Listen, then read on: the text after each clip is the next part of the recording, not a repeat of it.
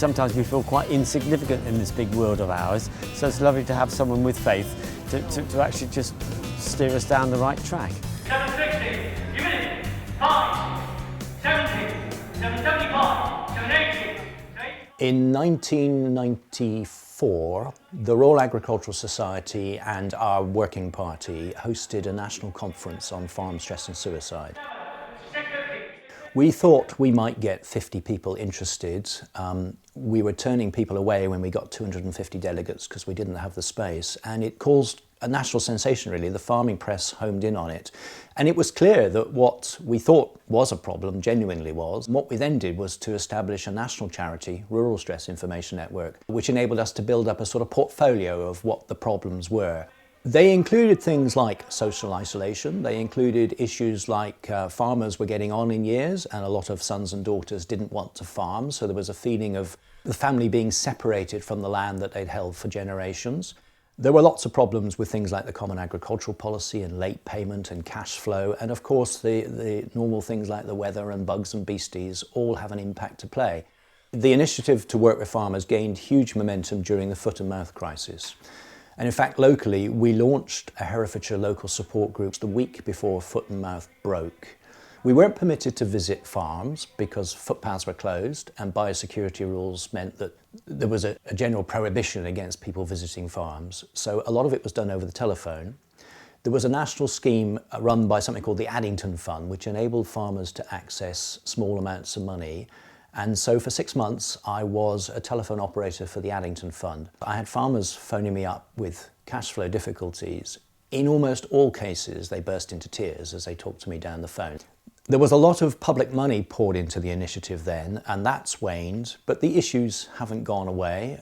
We've had the BSE crisis, we've had cash flow situations, and we've had some appalling weather conditions, which cause, mini local catastrophes that have to be dealt with. For a time, I was the full-time agricultural chaplain for Hereford Diocese.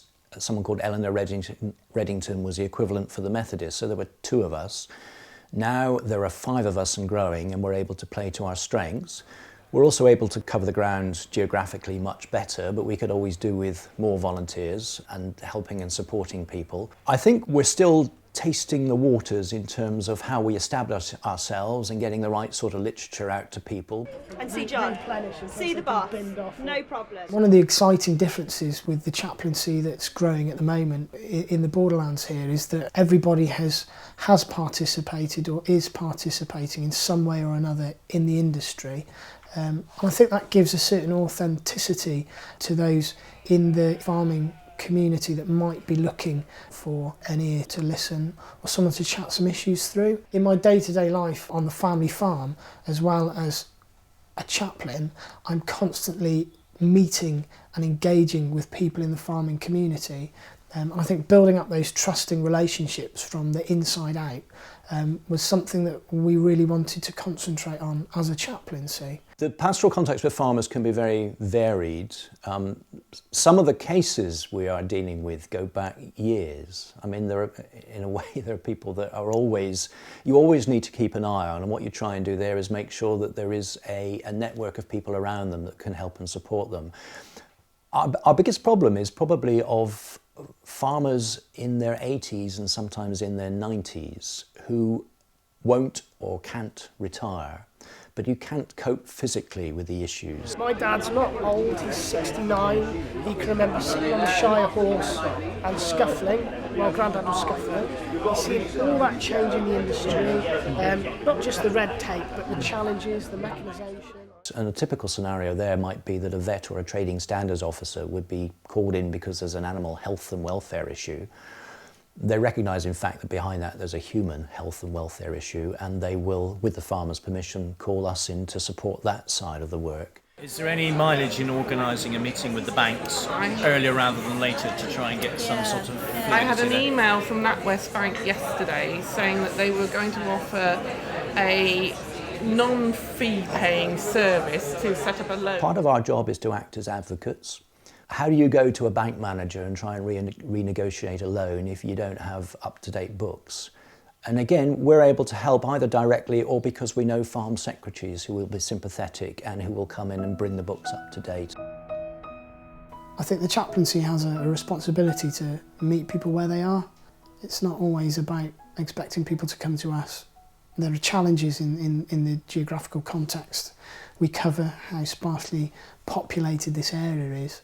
But I do really think the church needs to be prepared to move and travel and go to where the need is at that time. And we're really trying to be proactive in that way with Borderlands. Well, I am agricultural chaplain, but no longer just with the diocese.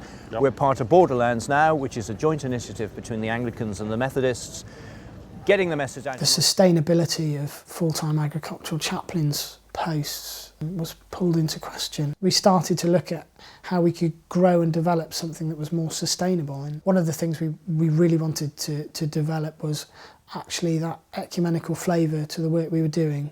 Different church denominations pooling whatever resources they had in money, in time, in people. FCN's main role is to be a practical and pastoral support to people in the farming community. And what we were trying to do at the same time as Borderlands was beginning to develop was to develop an FCN group in Herefordshire. And it became obvious that there was a certain duplication of effort. The FCN group decided that the best thing to do would be to merge with Borderlands and cease to have a direct county group link with Herefordshire. If people pick up the national helpline from the press and come from Herefordshire, they're going to get the opportunity to be passported and signposted to the Borderlands chaplaincy to provide the support on the ground. The vision of the Borderlands chaplaincy and where I see it growing is for people to come forward to help. To be a chaplain, you have to have farming connections to understand the farmer, and there should be training because farmers have to trust. There has to be so much trust and confidentiality within this group. I remember one of the cases, somebody phoned me up and said, did I know anything about milk quotas? Well, as it happened, I dealt with milk quotas in the NFU, so I'm afraid I knew rather a lot then. It wasn't really about milk quotas. He just wanted to know that the person he was talking to had an inkling of the farming situation, and then eventually we got on to what the real situation was. I think there will always be a need for pastoral ministry amongst the farming community. The family farm is at the bottom of a whole raft of political and social and economic measures over which individual farmers have no control. I do think there's an awful lot of people who are sustaining, and I don't have to drive up the mountains to some of the bachelor hill farmers who are working incredibly hard for incredibly little, feeling incredibly unappreciated, and they're incredibly isolated. And it's only a matter of time before that starts to affect an individual.